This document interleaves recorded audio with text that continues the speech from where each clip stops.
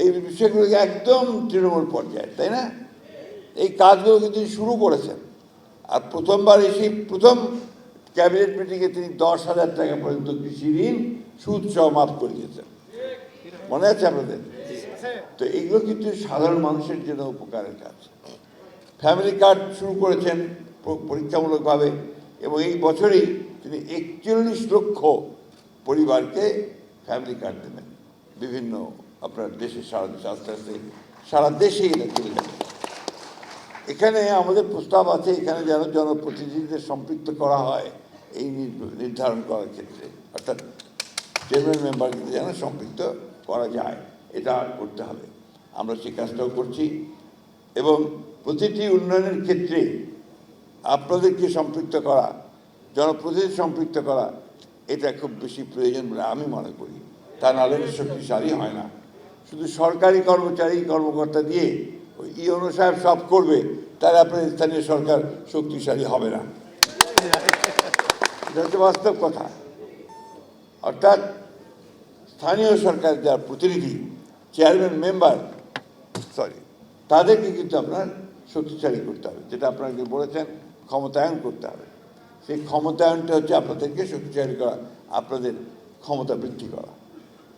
আমি বিশ্বাস করি যে বাংলাদেশের মানুষ সবসময় আপনার সঠিক পথটাকে বেছে নেয়, এবং আপনারা যারা তৃণমূল পর্যায়ে রাজনীতি করেন, তৃণমূল পর্যায়ে মানুষকে সংগঠিত করেন, মানুষের কাছে দাঁড়ান, মানুষের সুখে দুঃখে কষ্টে কাছে দাঁড়ান, আপনার দেশটাকে সবচেয়ে ভালো চেনেন, মানুষগুলোকে সবচেয়ে ভালো জানেন, তাই না?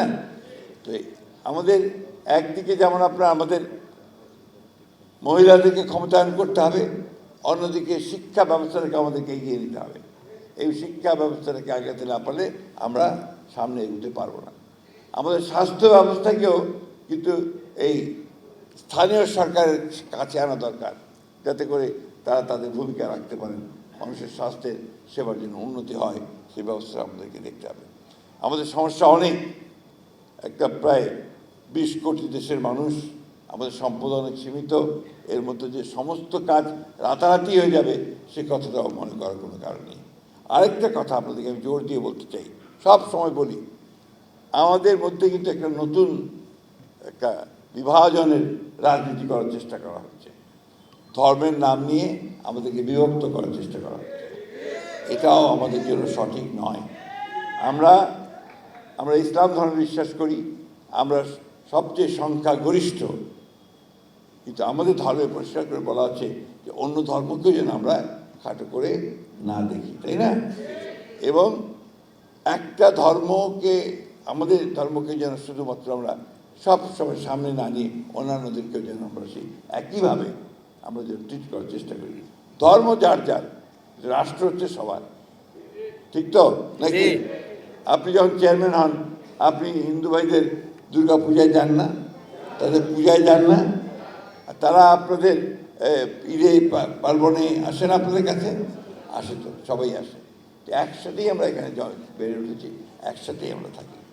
আমরা সামনে আপনাদের কিন্তু নির্বাচন আসছে, আমি আপনাদের বলছি, আমরা এই বছরে না হোক সামনের বছর প্রথম দিকে কিন্তু আপনাদের ইউনিয়ন পরিষদের নির্বাচন হবে, এবং এই নির্বাচন হবে একেবারে নিরপেক্ষ।